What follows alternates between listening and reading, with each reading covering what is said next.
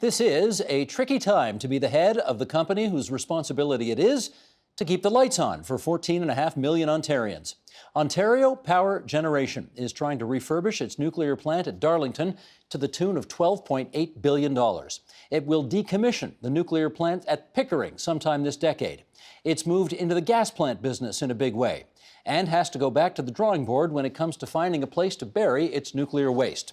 A pretty thick inbox for the new president and CEO of OPG, that's Ken Hartwick, whom we now welcome to TVO. Nice to have you here. Great. Thank you very much for having me. Well, let's go through this inbox of yours here, your to-do list. How many units are there at Darlington?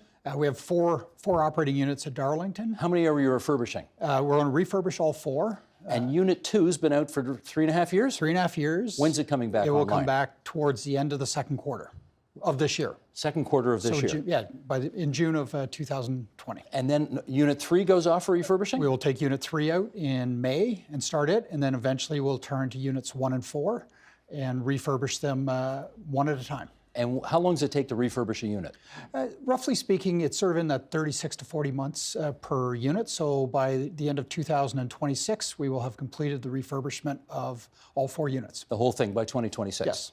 And it will cost, did I get that right, almost $13 billion? 12.8. That's almost 13. I don't want you rounding up, but okay. No, and I think you always look at these as to what's the cost on the cents per kilowatt hour per customer bill, because also I think while it costs $12.8 billion, you're getting clean energy out of that plant for 30 more years once the refurbishment is done. And that's an important part of the Ontario generation power mix that needs to be in place. Now, of course, the Bruce nuclear facility also contributes a great deal to the electricity of this province, and they are doing a $13 billion refurbishment right now as well. Right? Correct. Now, I know they're not under your purview, that's a different company, but still, it leads to this question, which is, with all of what they generate going offline, and with all of what you're generating going offline at various times, is there going to be enough electricity for the people of the province of Ontario? The short answer is yes. And we're highly coordinated. There's an entity, the Independent Electricity System Operator, that looks at the needs of Ontario and coordinates these big outages and refurbishments that both us and Bruce Power are doing. So we keep them very much in sync to always ensure that there is enough energy, power at any point in time for people who live in Ontario. Now, I think the question takes on added urgency because, as we indicated in the intro, Pickering, which has been around for 5 decades, is about to be decommissioned entirely, right, by midway through this decade? Correct. So for Pickering, we have an operating license through to the end of 28 to operate the plant and specifically the units there.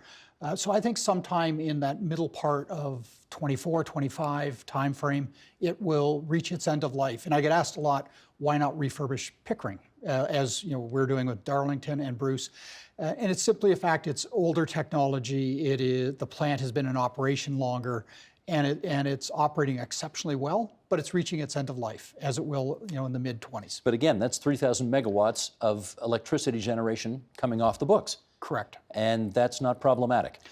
Not really. So for the system itself in Ontario, I think it is overbuilt right now between other assets, both renewable and otherwise, that have been put in place. And so as you look to that long-term energy planning for the province, it sort of factors in that Pickering will be removed from service in that 24-25 timeframe. Okay. One more question about nuclear power here, and that is you've made a deal, I gather, with the province of New Brunswick to create small reactors, nothing like Darlington or Pickering, but what does that deal involve? Tell us about that. Yeah, so it's actually the province executed a memorandum of understanding with Saskatchewan, New Brunswick, and ourselves, which I think is a very important step in I think, the climate battle. And that is to look at just what they are, small modular reactors. So they are smaller nuclear units that can be situated perhaps closer where load would be, as opposed to a big 4,000 megawatt unit, which Darlington is. And you put them closer to where the load is required. It's new technology, and I think will be a very important part of ultimately the decarbonization path that we all need to be part of and share in. So we're very excited about it. And it's great to see the 3 provinces working together on it.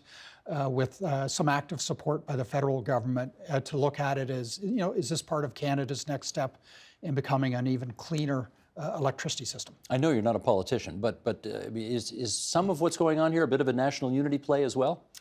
You're right, I'm not a politician, but no, I look at it very much that I think everyone has agreed that carbon is the enemy here, and nuclear is part of the answer to that. Now, what any of the provinces or federal government, how they view it, I stick to here's technically what will make sense. Gotcha. And how we can be part of that carbon solution. Now, you said Darlington's 4,000 kilowatts of electricity generation. So these new small modular units would be how many generated units? Right, so Darlington's 4,000 megawatts. Megawatts. Or close to 4,000. Yeah. And these units can range from 5 megawatts up to 300-400. So much smaller. Really small. And therefore they have lots of applications. It can be in a load center like Toronto to support Toronto or a city, all the way to maybe up north where they're on diesel right now for a very small one. So you can get rid of diesel, the environmental impact of diesel. So there's still lots of work to do on it, both the technology as well as how you would license and ensure they're safe to have in communities. But it's something that the group of the provinces and the operators like us in Bruce Power and New Brunswick Power are very well versed in how to manage the nuclear generation plant, and we're very excited about it. And who's going to make them? So there are probably 20 different parties that are actively exploring manufacturing the technology, and that's the process that we're going through. And part of the MOU is to start to go through with the other provinces to down select to a couple relevant technologies that we would ultimately invest in. Okay.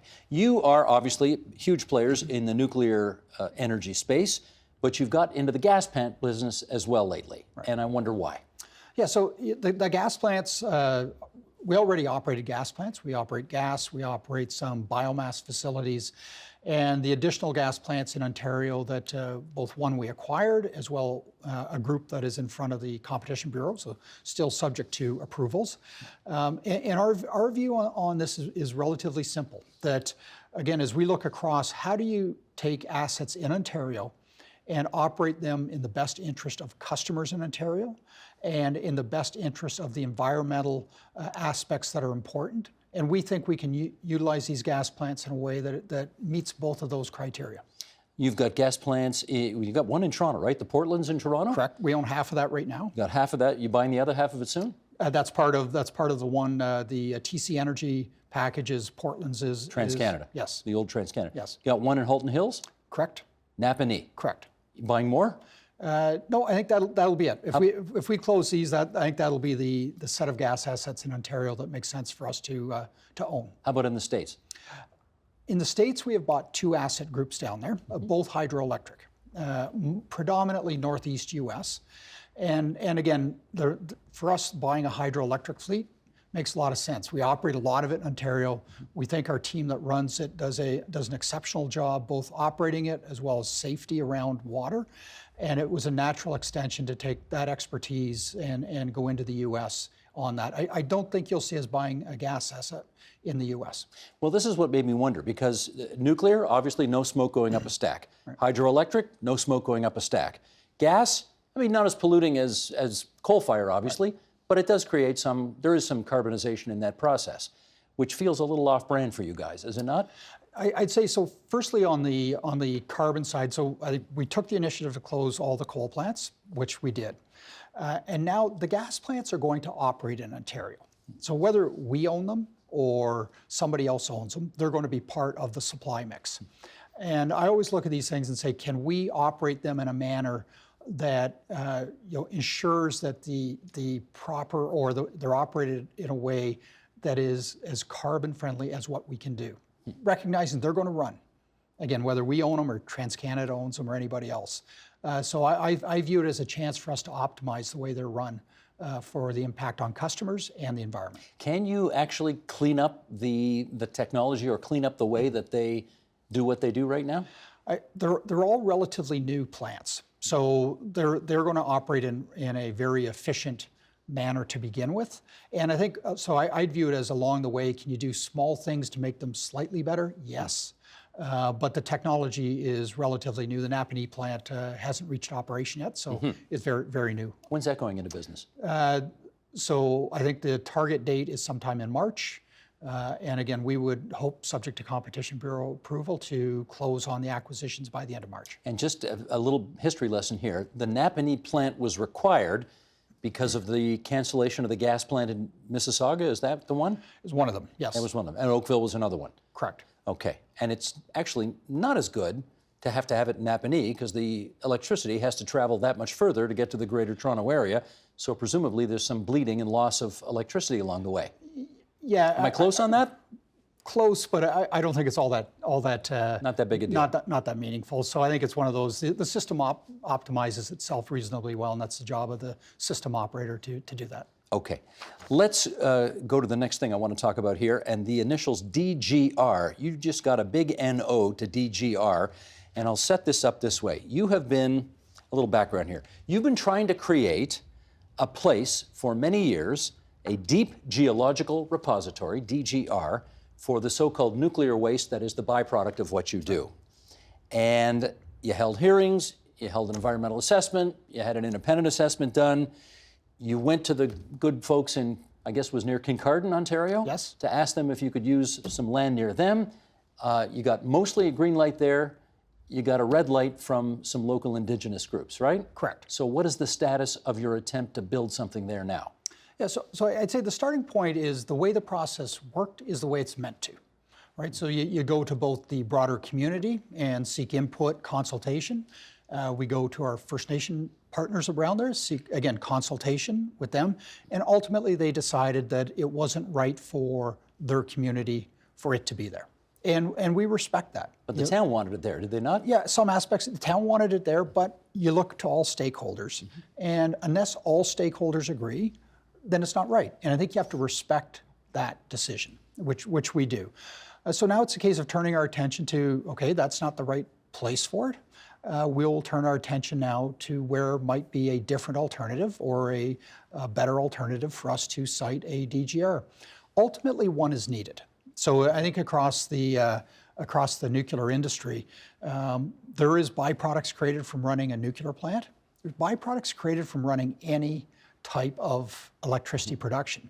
That includes solar and batteries. It's a messy environmental process to make a battery. Mm-hmm. Ultimately, a battery runs out. You got to dispose of it somewhere, and it is messy. Yeah. So that's part of it. And like I say, these are long assets. They're long the nuclear plants, and I think we have to keep that in perspective as we search for the right place for the DGR to recognize that that might take a bit of time. Okay, and that's okay. I appreciate you putting the best face on this, but let's I mean, if we're going to use a football analogy here, you had carried the ball basically all the way to the 2-yard line and were ready to plunge into the end zone, and then the clock ran out, so to speak, if I can continue the analogy. So how frustrating was it for you guys at OPG to do all that work and then finally at the end of the day get the big stop sign? It's not frustrating at all. To me, it's much more, much simpler than that, is that there's a process to go through to site something that is going to store nuclear products for many, many, many decades, centuries. And you have to respect what that process is. And whether you're on the 2-yard line when you find out a no, or you're on the 50-yard line when you find out a no, you punt the ball and restart. That's what we're doing. What was it about Kincardine that you thought it had the qualities that were necessary for this project? Right. Yeah, so I think you look to a number of things. Firstly, it's obviously the structure of the site you'd actually build it on, as far as the rock formation, these types of things. You look to, well, there's a nuclear plant there already, Bruce Power, so relatively easy for some of the byproducts to be moved to the DGR that already exist. And so that was sort of our view as a logical place to start with as a siting place for it. But like I say, the broad community at large said no, and so we'll move on to the next alternative. Which is what? We're working on that now. But I don't find it frustrating. Okay. So I just find it is part of running a very long-term business, is you have to have a very long-term perspective and be able to adjust to other options and plans when the first one doesn't work out. But given the list of criteria you just shared, is that to suggest that the next logical site, choice number 2, I guess, will also be someplace near a current existing nuclear facility? Not necessarily. I think it can be elsewhere in Ontario as well. So, and that's a process we'll start to go through now. And I get asked a lot, well, why weren't we exploring 2, 3, 4 different options as we carried on the discussions with the community groups? And again, because it's very long term, both the need and the requirement for it, we felt the best option was to pursue it with the place that we were. Arrive at a conclusion, yes or no, and then decide what, if any, plan B was required versus looking at 4 or 5 different options and never really giving the rigor to the one option that we were working on. Okay. Where does the nuclear waste byproduct go now? So 2 different places. So at each of the stations, so we have some of the products sits at Darlington, some sits at Pickering, some sits at Bruce Power. And then we have a Western Waste Management, where some of our low and intermediate level waste sits currently, which is right beside the Bruce Power. It's actually attached to the Bruce Power plant. Okay. And again, for lack of a better technical expression, at what point will those sites be all full up and you can't use them anymore? That's a long time. So it's I'd say it for us, and always to build a DGR was going to be a 10, 15-year exercise. So the amount of byproduct or waste produced at a nuclear station is actually very low when you look at the physical requirement for it. The fuel we keep in fuel bays and then on in our facilities out at our 2 stations out east. So it doesn't actually create a lot of the byproduct or the volume that people might think. So in terms of urgency, this is not a problem you have to solve tomorrow. It's important, but yes, we do not need to solve it tomorrow. Okay. Let's do one more thing here, okay? And we're going to call this section Charge It, because you have gotten into the electric vehicle charging station business, I guess, in a pretty big way. What's the latest? So we have a partnership with Hydro One, who runs a lot of the distribution transmission system across the province. And we're very excited about it. If you think about the Ontario power system, with us having closed the coal plants, it's very clean to begin with. And it's really the next 2 sectors that need to be decarbonized are vehicle transportation and buildings, building and usage. So we're excited to start on the electric vehicle side to help build out the charging stations across Ontario, especially outside of the GTA, because everyone's pretty comfortable driving their car in Toronto. You can always find a charging station. But if you want to drive to Sudbury, maybe a little bit more anxiety. So with Hydro One, we're starting to build out that charging network as a first step in going after the transportation sector to help us achieve some of the carbon goals there. So you're going to build a bunch of charging stations around the province? Correct. How many? I'm probably wrong, but between 70 and 80 to start, and then many more after that. But again, very much focused outside of the direct GTA area. And how long will it take to do this? A couple of years. Just a couple of years? And that's good. Okay. And how far, you've heard this thing about range anxiety, right? Yes, right. I don't happen to have it because I drive a Volt. Right. So when my battery expires, I go right to internal combustion engine. But for people who have cars that are just pure battery and that's it, once you're done, you're done. Right. So these charging stations have got to be reasonably close together for them to be effective, right? So how far apart are they going to be? Right, so I look at it the other way. So our objective is to say, can you drive from Toronto to Thunder Bay without getting too anxious, outside of snow or other things you might face? And that's really what our goal is, to build them in a pattern that would allow someone to drive that distance and say, I know I can hit a charging station every 200-300 kilometers and recharge while I go in for coffee or a sandwich, whatever I want to do. And so that's really how we've looked at the Ontario footprint, to say, how can you get to Thunder Bay? How can you get to Sudbury? How can you pick different places to want to get to, Pembroke, without feeling like you have range anxiety? So that requires, I guess, the stations to be no more than 200 or 300 kilometers apart. Right. And you will do that? We will. We're starting on. So this is to me a first step in something where I think we're very excited with Hydro One to make the province in a pattern that people feel comfortable driving anywhere in the province and knowing that they can go a couple hundred kilometers, stop for coffee, recharge, and keep going. And the last and obvious question, how are you going to make money doing that? I often think on a lot of these things, and I've told this to our team internally, is if you set out to solve somebody's problem, i.e. range anxiety or to get us off of combustion vehicles, you can figure out how to make money at that. But solve the problem first. If you start off thinking, how do I make money? I think you get lost. And so we'll make some money doing this, and we're going to do it in a way that helps people, I think, go after the climate change patterns that people want to go after. Gotcha. That's Ken Hartwick. He is the president and CEO of OPG, Ontario Power Generation. And we thank you for making your first visit here to TVO tonight on the agenda. Thanks so much. Thank you very much. I appreciate that. The Agenda with Steve Paikin is brought to you by the Chartered Professional Accountants of Ontario. CPA Ontario is a regulator, an educator, a thought leader, and an advocate. We protect the public. We advance our profession. We guide our CPAs. We are CPA Ontario. And by viewers like you. Thank you.